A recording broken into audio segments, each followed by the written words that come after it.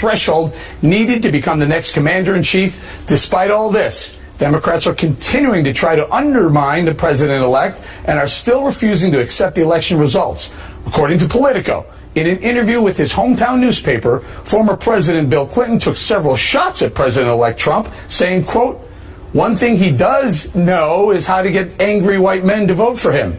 Clinton also blamed the FBI for his wife's loss, saying, quote, "James Comey cost her the election." But that's not all. Hillary Clinton's campaign chairman, John Podesta, is making headlines for refusing to say that the election was free and fair. Watch this. Do you believe this was a free and fair election? Well, look, I think the Russians clearly intervened in the election, and I think that now we know that both the CIA, the Director of National Intelligence, the FBI all agree that the Russians intervened to help Trump. You didn't answer the question. Do you believe this was a free and fair election? Well, I think it was. I think it was distorted by the Russian intervention. Let's put it that way. Now, can you imagine if the tables were turned and Donald Trump's campaign said the same thing? Then you have disgraced interim DNC chair Donna Brazile, who WikiLeaks exposed as having given debate and town hall questions to the Clinton campaign. She's now taking the Democrats' Russian hacking talking points to a new low level. Watch this. This was a very intrusive process. The president's party was hacked, not the Democratic Party. The president, he is a Democrat. His party was hacked. The emails were weaponized. The release of stolen hacked emails caused a lot of confusion. And of course, it disrupted our daily campaign lives. Donald Trump used this information in ways to also sow division.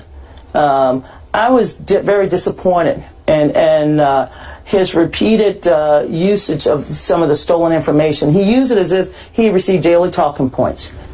As for President Obama, he's still making excuses, but appears to be finally admitting that the main reason President-elect Trump won is because he outworked Hillary Clinton on the campaign trail. Watch this.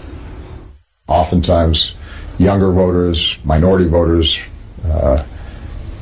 Democratic voters are clustered in urban areas. So and on the coasts. Sure. And on the coasts. And so as a consequence, you've got a situation where there are not only entire states, but also big chunks of states where if we're not showing up, if we're not in there making an argument, then we're going to lose.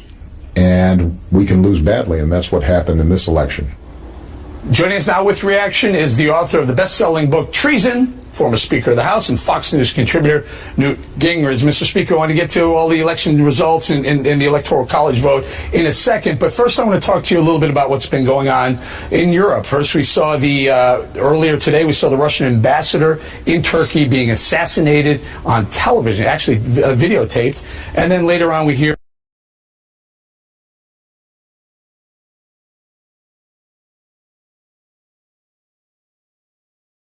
that the White House is now calling the Berlin, Germany truck that plowed into the Christmas market a, quote, terror attack, likely to be a terror attack. Your thoughts? Tell us what you see going on. Well, clearly the man, as I understand it, the man who killed the Russian ambassador yelled Allahu Akbar and was a Islamic supremacist. So that has to be an act of terrorism.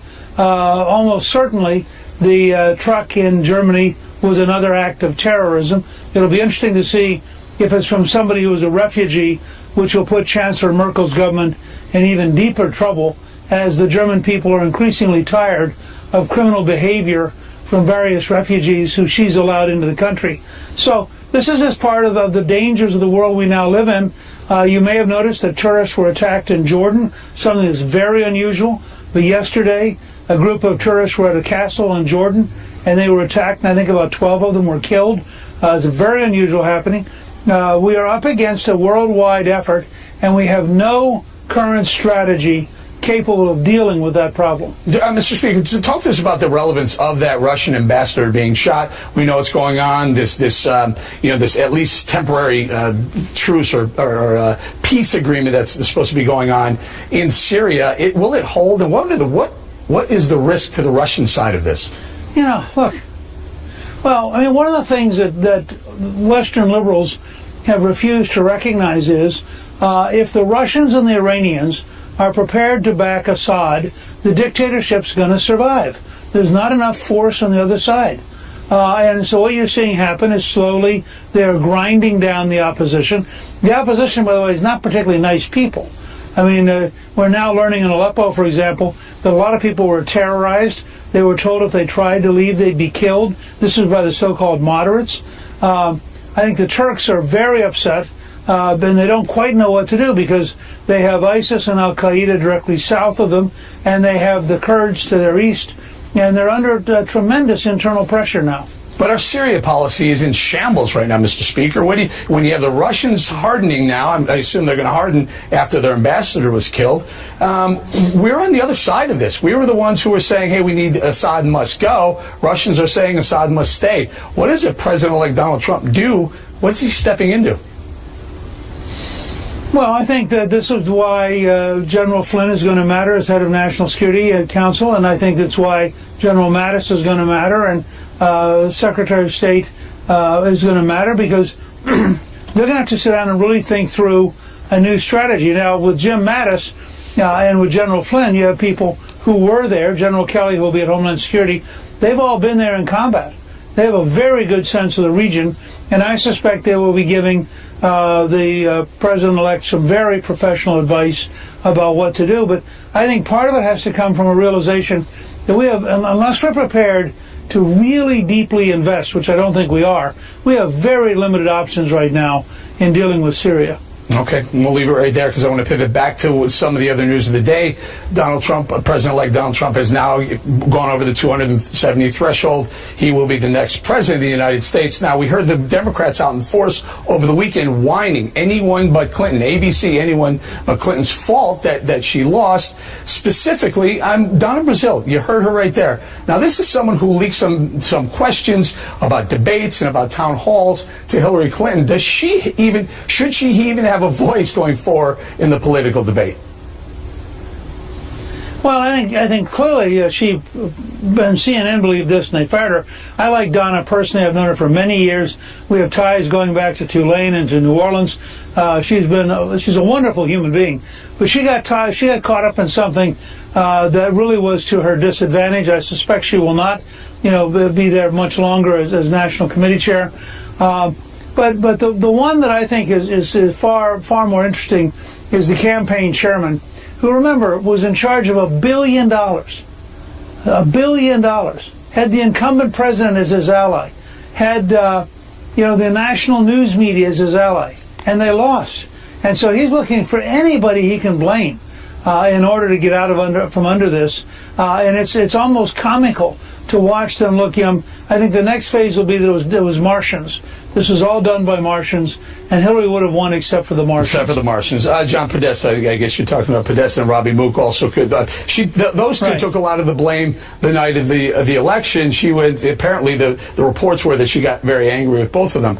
Bill Clinton, former President Bill Clinton, said Donald Trump, what he knows how to do is get angry white men to vote for him. Your thoughts on that? Well, first of all, I also got a lot of white women to vote for him. He got a lot of other people to vote for him. I think he ran ahead of Romney with Latinos. He ran ahead of Romney with African Americans. He ran ahead of Romney with Asians. The fact is that he did, he won the election, which is a pretty big starting point. But imagine the problem you got if you're Bill Clinton. It's Christmas week. Your wife just lost. It was her second loss. She's going to spend the rest of her life being non-President Clinton while you're going to be President Clinton. You'll say almost anything to try to make her feel good. And I think that's what you're saying. What's Bill going to do? He's not going to get up and say, I don't know why, but my wife just failed. He can't do that. Think what Christmas will be like. So I give him a certain slack. And I figure it's Christmas week, Bill. Do what you can. I understand it.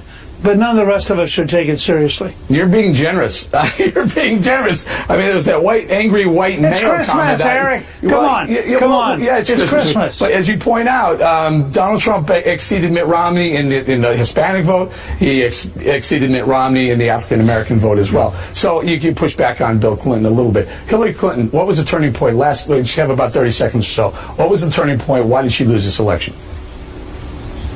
Well, she only lost because she didn't have the energy and the drive to go to Pennsylvania, Michigan, and Wisconsin. In the end, Donald Trump outworked her. You look at, he was doing 5 and 6 big rallies a day. She's doing one small rally. Well, that exchange rate in the age of social media, he's getting 20, 30,000 people, all of them with their smartphones, all of them sending stuff out on Facebook. He was creating his own network. A typical Trump rally had about the same number of contacts as MSNBC. All right, we're going to leave it there, Mr. Speaker. Thank you. By the way, Hillary Clinton will have a lot of time to go walk through the forest now. She can spend a lot of time doing what she does in the forest. Going to leave right there, Mr. Speaker. Thank you very much. Coming up, a truck plows into people at a Christmas market in Berlin. The White House is calling it an apparent terrorist attack. Dr. Sebastian Gorka reacts next, and then later. Her current scandals and controversies will continue throughout her presidency and will make it virtually impossible for her to govern or lead our country. That was President-elect Donald Trump slamming Hillary Clinton on the campaign trail. Democrats seem to forget just how corrupt Clinton is when coming up with new excuses for why she lost. Clinton Cash author Peter Schweitzer will join us, and later. Michelle Obama said yesterday that there's no hope.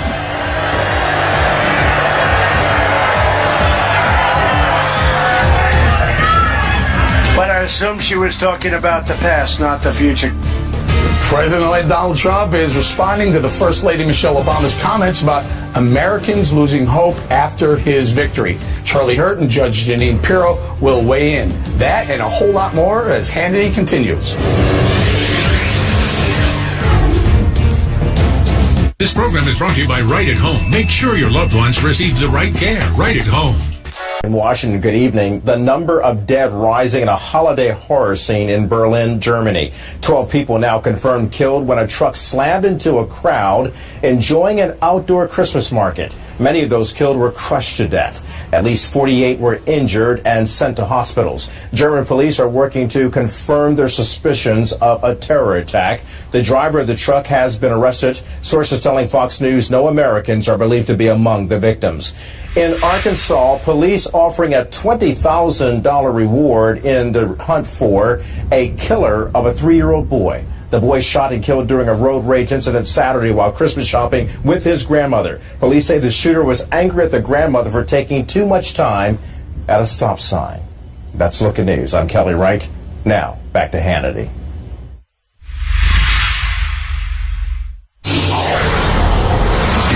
This is a Fox News alert. The White House is calling the chilling scene at a German Christmas market earlier today an apparent act of terror. And President-elect Donald Trump released a statement expressing his condolences for the victims while adding that radical Islam must be eradicated. Joining us now with reaction is the author of Defeating Jihad, Dr. Sebastian Gorka. Thank you for joining us, Doctor. So a couple of attacks today. We see what's happening. Is this because of the season? Is this specifically because it's a Christian holiday? Well, remember, Eric, that the San Bernardino attack also happened around the Christmas season. And in fact, Malik and Farouk killed 14 of their fellow colleagues at the Christmas party in the offices where they were employed. So Christmas is the ultimate infidel target, if you will. And if it does turn out, as very likely seems to be the case, that this was a jihadi attack, then we can expect more threats of this kind. So this is the reality of the world we live in. There is no front line like there was in World War I or World War II. Eric, the front line is when you leave your house in the morning or when you go to a Christmas market in downtown Berlin. Dr. Gorka, the State Department issued warnings to Americans overseas saying, hey, beware of these markets, these Christian markets, because they may be targets of terror. Yes, I mean, this is the sad reality. I often get requests from friends and even people on Facebook saying, I want to go on holiday to Paris or to Germany. What do you advise? And it's very simple. The jihadis have made it clear. Al-Qaeda in their magazine Inspire, ISIS in their publication Dabiq, go to places where there are large amounts of infidels who cannot protect themselves. So anywhere that there's lots of people, tourist attractions, Christmas markets, we saw this before in Nice. This is the reality where there are a lot of people who are unarmed, who are civilians who cannot look after themselves, that will be a seductive target for jihadis that want to attack infidels. Seductive target meaning it's a soft target. There's not a lot of defense. There aren't a lot of barriers, not a lot of armed guards at some of these. Is this a whole new world for us? Well, the fact is the dangerous reality, Eric, is that ISIS has learned from the mistakes of Al-Qaeda. Al-Qaeda was, ironically, too successful on September the 11th. They killed 3,000 people in 102 minutes. So afterwards, they were obsessed with weapons of mass destruction. They experimented with chemical weapons in Afghanistan. You remember the video of the puppy being killed. They wanted to go bigger and bigger and bigger. ISIS understands this is just about guerrilla warfare. They've said, you don't need to build a bomb. You don't even need to get a gun. Get in a truck, and literally they wrote, mow the infidel down like grass. And that's what they did in Nice, and that's what it looked like they did today in Berlin. Yeah, they're almost the same looking type of truck. I think they call them a lorry, where literally two people got into this truck and just started mowing down. But Dr. Gorka, there's no defense of this. I mean, what do you do? Do you just stay away from public squares? Well, the first thing you do, and this is what I write in my book, Defeating Jihad, is you have to be tactically aware. Every human being that walks the planet now, every U.S. citizen, the way we walk around, look at downtown, centers of any suburb, and people are walking around staring at their iPhone or their Android. Well, you know what? Then you are a target. You've got to be aware of your surroundings, because the important thing is jihadis surveil. They don't decide one morning, I'm going to attack the Christmas market in Berlin. They check it out, they videotape it, they collect intelligence like any operation. And we should be aware, if the neighbors in San Bernardino had reported what they saw happening in that house, we potentially could have saved those people. So people need to, as the police say, your head should be in a swivel, and you should be tactically aware every time you leave the house in the morning. President-elect Donald Trump issued a statement today. He said, our hearts and prayers are with the loved ones of the victims of today's horrifying terror attack in Berlin. And he goes on to point the finger. He says, ISIS and other Islamic terrorists continually slaughter Christians in their communities and places of worship. And it almost is giving a warning to Americans overseas. Absolutely. I mean, this is the big thing that's going to change on January the 20th. There'll be a new sheriff in town, and the first thing that I can predict, if you listen to his Youngstown speech, if you read the book by his National Security Advisor, Lieutenant General Flynn, the first thing that's going to happen after the inauguration, political correctness is out of the window. We're going to throw away this idea that you can't call a jihadi, and we're going to be honest. They are religiously motivated, and one of the things they want to do is eradicate Christians. They're trying their darndest in Iraq. Just look at Karkosh, look at other areas that have been expunged of Christian culture, and they're trying to come back now to burnt houses and destroy churches. That's the enemy, and we're finally going to take them seriously come January 21st. Dr. Gorka, the other horrific event that took place today was an assassination of a Russian diplomat in Turkey. 22-year-old gunman shoots and kills the Russian the ambassador in Turkey. Talk to us about the significance of that. Yeah, this is a very, very lethal threat. So the reports that we have already are that this if you look at the video, which is a shocking video, which I'm sure we're going to have to live with now for years going around the internet, this young, fit-looking man in a dark suit and a tie, allegedly he was a police officer. So this is what we call the insider threat. This is somebody who's inside the security services. He's authorized to use force. He carries a weapon. He gets inside the perimeter into the so-called sterile zone, and in the middle of an art gallery, guns down an ambassador. That's one of the most pernicious threats we have to deal with, the people who are inside the wire, as we say. And then immediately after firing those shots, he yells out Allahu Akbar several times and then he makes some reference to Syria. You'll die in Syria, we'll die in Syria, you'll die here. Yes, absolutely. So this is connected to the ongoing, what I like to call, global jihadi movement. This is a young man who's decided to go against the regime itself, the allies, if you will, the people that are working in the theater, and send a very clear message. He shouted, Allahu Akbar, God is greater, or Allah is greater, multiple times. And then the other thing that needs to be noted, he shot other people in the art gallery. So he killed the ambassador, but other people were wounded as well today. All right, Dr. Gorka, thank you very much. It is a very, very dangerous world. Thank you very much. Thank you. All right, coming up next here on Hannity. Her current scandals and controversies will continue throughout her presidency and will make it virtually impossible for her to govern or lead our country. Remember when President-elect Donald Trump was saying that on the campaign trail? Democrats are ignoring those facts about Hillary Clinton as they complain about her election loss. Clinton Cash author Peter Schweitzer joins us next and later. Michelle Obama said yesterday that there's no hope.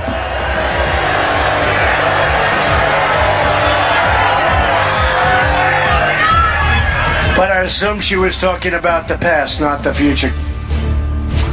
President-elect Donald Trump is reacting to First Lady Michelle Obama's comments about Americans lacking hope after his election win. Charlie Hurt and Judge Jeanine Pirro are here later with reaction. That and more as Hannity continues.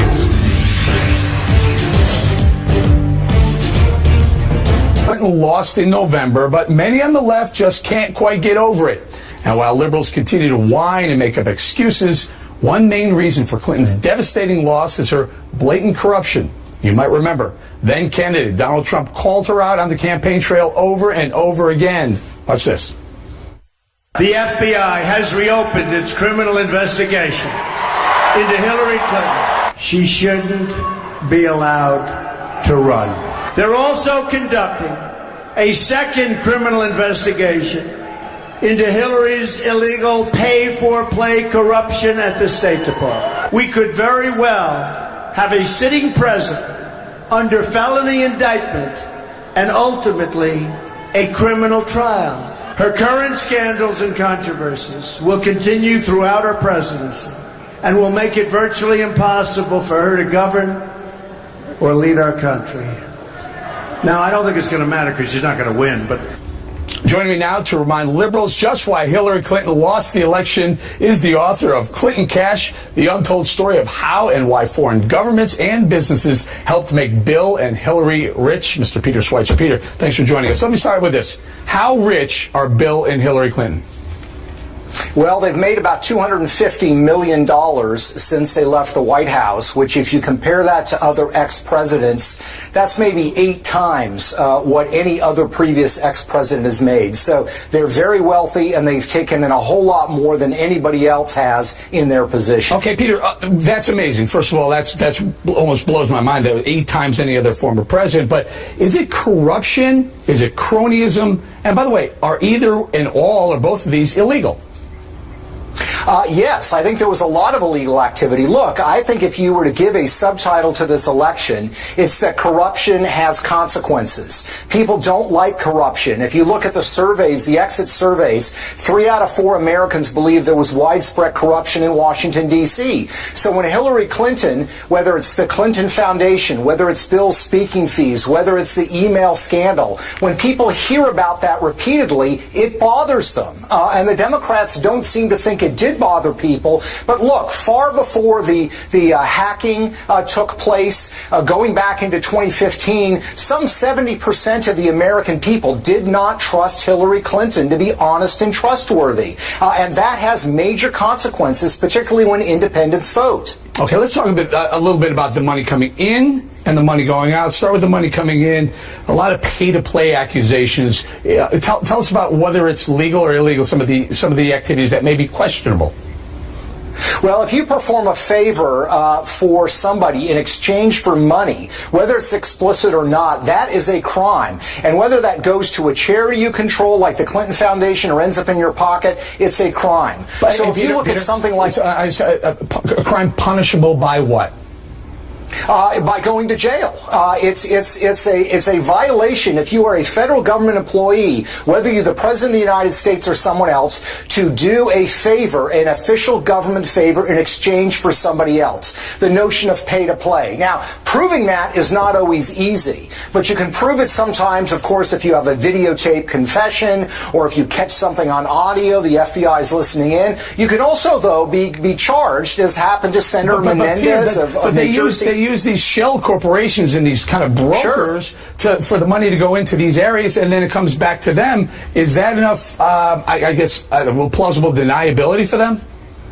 Oh, absolutely. It's plausible deniability. But if you look at the recent prosecutions, whether it's former governor of Virginia, you look at the former governor of Alabama who's in jail right now, you look at Senator Menendez, in none of those cases was there an explicit quid pro quo or was there a videotape or an audio tape. It was all based on money flowed and favors were given in return. So the notion that the Clintons didn't do anything illegal is incorrect, and that's why you have 5 offices, field offices of the FBI investigating the Clinton Foundation. They've been doing it since last year. Right. I have only about a minute left or so. That's the money coming in, still questionable, and I guess these FBI offices will continue to investigate. The money going out, are they abusing the way they're spending the money of the Clinton Foundation?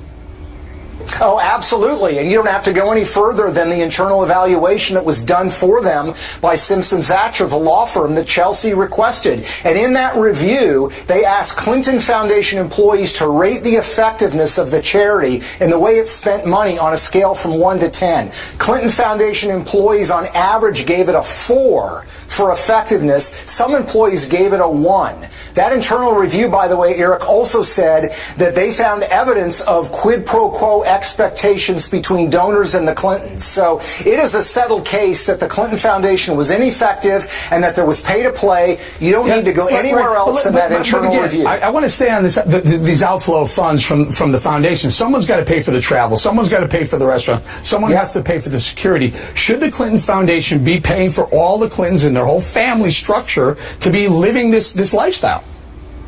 No, what they do is they sort of double bill. So Bill Clinton takes a trip to India, and it may be business related. He may be giving a speech, but because he has a conversation with somebody there about the Clinton Foundation picks up the travel tab. No, it's not appropriate, and the IRS needs to look at the tax status and how they've spent money in the activities of the Clinton Foundation as well. That's a huge problem. They spent $50 million in travel over the course of 5 years, much of it paying for the luxurious travel of Bill and Hillary Clinton. Wow, we're going to leave right there. Peter Schweitzer, thank you very much. Coming up next, right here on Hannity. Michelle Obama said yesterday that there's no hope.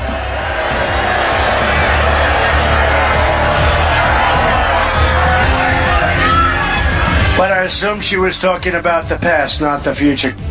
President-elect Donald Trump reacts to First Lady Michelle Obama saying his election win is causing Americans to lose hope.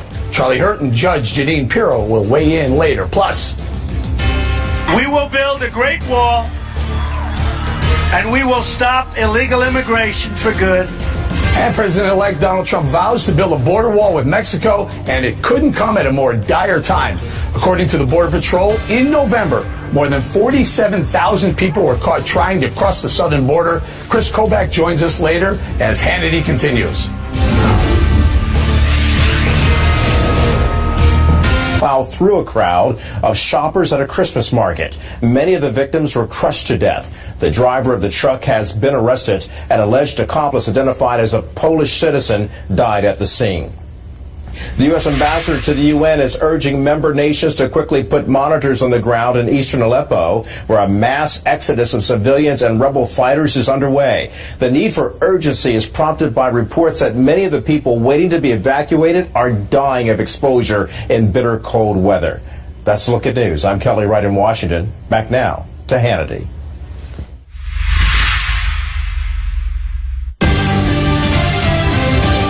Welcome back to Hannity. First Lady Michelle Obama recently sat down for an interview with Oprah Winfrey and said Americans have lost hope. Watch this. Your husband's administration, everything, the election was all about hope. Do you think that this administration achieved that? Yes, I do. Because we feel the difference now. Yeah. See, now we're feeling what not having hope feels like, you know. Oh, now. Anyway, during his final stop on his thank you tour this weekend, President-elect Donald Trump responded this way. Michelle Obama said yesterday that there's no hope.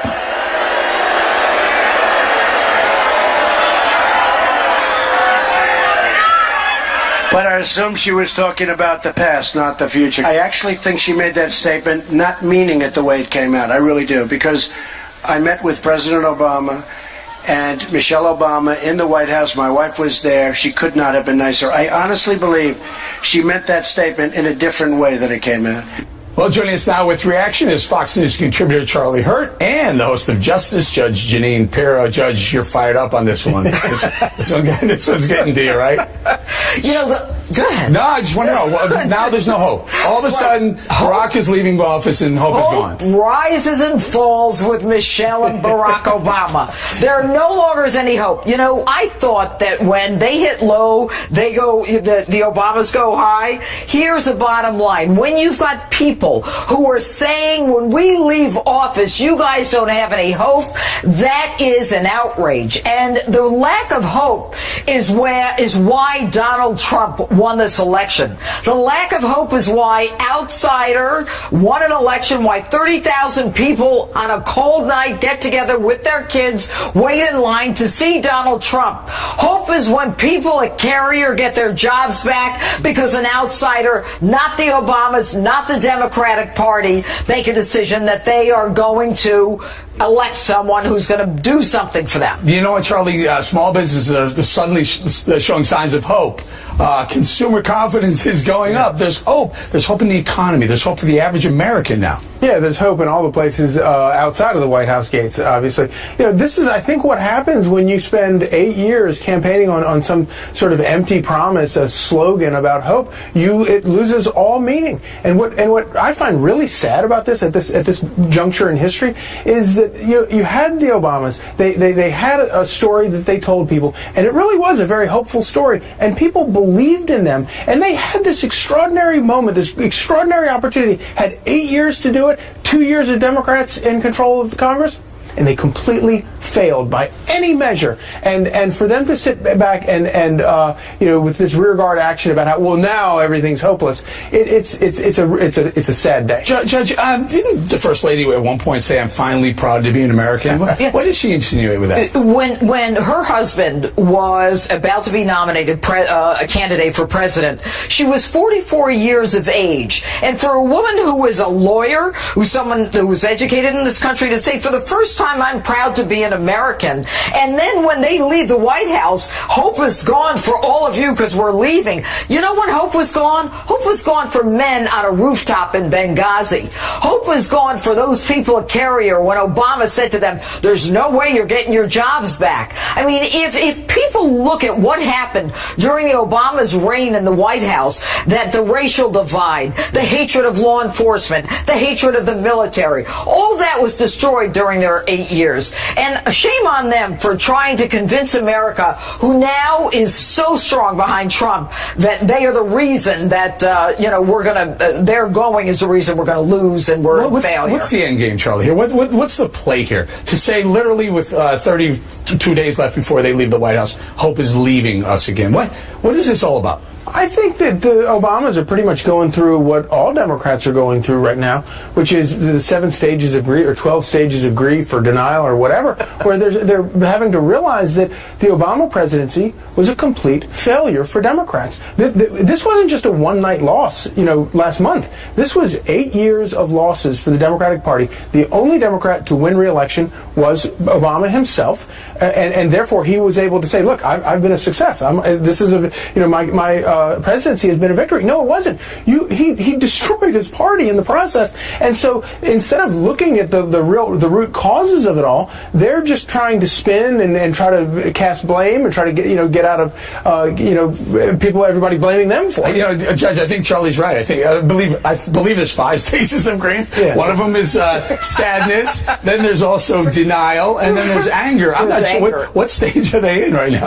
I just remember Barack Obama saying, he's going to take it as a personal insult if they don't, elect Hillary Clinton. Well, I think they've been mad for a long time. But, Eric, when you think about it, to say that hope is gone to the American people is really a low blow. It's the worst thing you can say. It's the worst thing you can say. I don't know. It could be the worst thing you could say.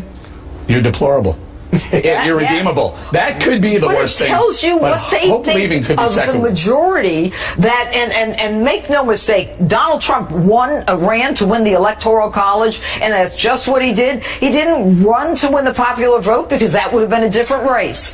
And he ran to win, and he won. And now they're saying, all of you losers, you deserve to have no hope. You know how many stages of grief you can tell there are? It's however many excuses they've come up with for why she lost. Answer. Whether it's voting booths, Russians, alt-right. And so, at the end of the day, when you count up all those, that's how many. All right, I'll leave it right there. Thank you guys very much. Be sure to check out Judge Janine's Facebook page and check out the opening statement from that from her weekend show. It's amazing. About Michelle Obama's comments, and coming up next right here on Hannity. We will build a great wall, and we will stop illegal immigration for good. President-elect Donald Trump is promising to build a wall as a new report from the Border Patrol reveals over 47,000 illegal immigrants were apprehended just last month alone trying to enter the country. Kansas Secretary of State Chris Kobach joins us next. That and more as Hannity continues. For the drug dealers, the gang members, and the criminal cartels that are terrorizing all of our citizens in cities and different places throughout the United States. And the message is that your days are numbered. We're getting you out. We will build a great wall, and we will stop illegal immigration for good, and we will have doors in that wall. And people will come into that wall, and they'll come through that wall by the tens of thousands. But they're coming in legally. That was President-elect Donald Trump over the weekend at his final thank you tour, promising to build a border wall and to stop illegal immigration. The president-elect's promises are needed now more than ever because, according to a new report from U.S. Customs and Border Protection, illegal immigration along the southwest border continues to increase. In November, a total of 47,214 individuals were apprehended on our southwest border. That was November alone, which is higher than previous months. Joining me now is Kansas Secretary of State, who's been meeting with the President-elect Donald Trump, Mr. Chris Kobach. Chris, thanks for joining us. Boy, I'm looking at these numbers, 47,214 in November, 46,000 in October, 39,000 in September. So 39, 46, 47, 200. What's going on at the border?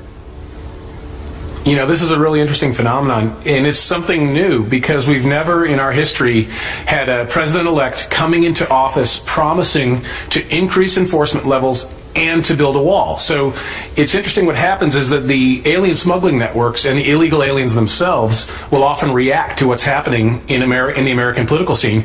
And it appears, we don't know for certain, but it appears that many are saying, look, I'm going to try to get in now before the wall is built, and I'm going to try to get in and get embedded in the community now before they start ramping up enforcement under a Trump administration. But it shows that they are taking seriously President Trump's promise to restore the rule of law, and he is going to do that. All right, Chris, some of the things that strike me with an open border as we have it, not open, but a Swiss cheese board, they call it, terrorism is a concern. Yeah. Our sovereignty is a concern. Yeah. Drug trafficking is a concern. Human trafficking is a concern. Can we stop most of these, all of these, any of these? We can dramatically reduce them, and in some cases, in some parts of the border, we can bring them to a complete halt. And I say that because in the San Ysidro sector, for example, that's down by San Diego, there's a 30-mile section there that has a double wall. It is the creme de la creme of border enforcement. It's down to virtually zero crossings there. So yes, in some places we can stop it completely. And one thing you've mentioned is that when you have alien smuggling, usually the coyotes will have the vehicles that the illegal aliens are in stuffed with drugs as well, or they'll force the aliens to carry the drugs in backpacks along with them over the border. So yeah, if we stop the alien smuggling, we're going to drastically reduce the drug smuggling, and that's good for America. Chris, General John Kelly is Donald Trump's choice to lead the Department of Homeland Security. What are the plans? What does he want to do?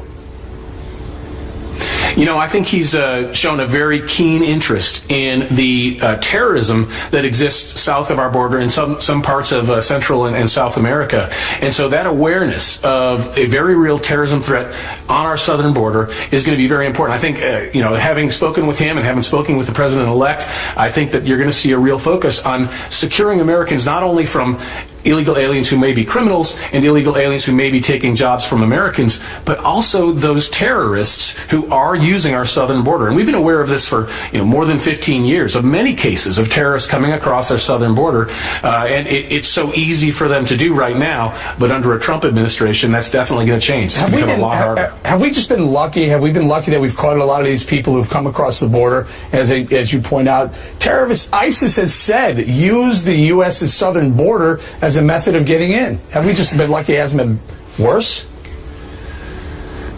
I guess so. You could say that, but it has been quite bad. There have been a number of terrorists that we've caught, and I think anyone who's familiar with the southern border knows that for every individual we catch, there's probably at least 3 or 4 that we don't catch.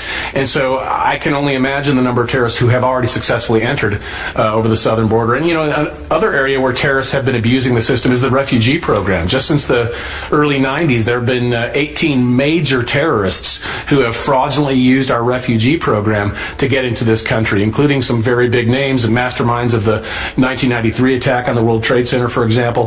So the Blind Sheikh, another example. So we have been, I guess you could say, lucky, but bear in mind, I don't want to say we're that lucky because there are almost certainly a significant number of terrorists who've already abused our immigration system and are here. Right. Look, according to the Customs and Border Protection, CBP, in 2016, I'm talking just this year, 408,870 individuals along the southwest border alone have been apprehended, and that's up from 331,000 in full year 15. Are people trying to get across the border before President-elect Donald Trump is sworn into office?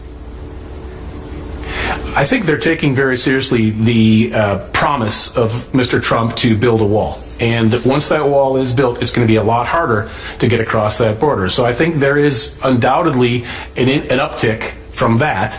Now, there may be other things involved as well. It's interesting when you look at the flow of people across our southern border. Whenever President Obama or some people in the Senate would make a promise of an amnesty, that would cause a surge because aliens would be trying to come in illegally to claim the amnesty once they got here. So there's definitely a very quick response south of the border whenever we change anything in our policies or we indicate that there may be a change coming soon. I got about 20 seconds or so, Chris, so we can outline this. There will be a wall, not a fence, but a wall. Absolutely. You may have there will be a physical barrier, let's put it this way, and the nature of the barrier will depend on the terrain. So if you've got very steep, hilly country, it might be different than where you have in the flatter areas like around San Diego. But there will be a barrier on the southern border, no question about it. All right, Chris Kobach, thank you very much. Good stuff. All right, coming up, tonight's question of the day is next. Don't go anywhere. Stick around.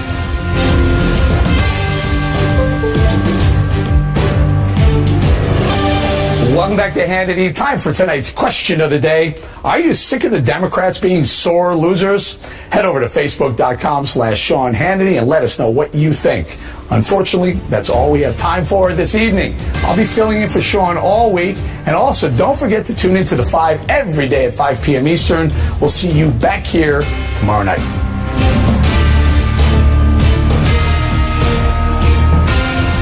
Your Eye Factor's on tonight. Talking Points believes that if the intel is correct,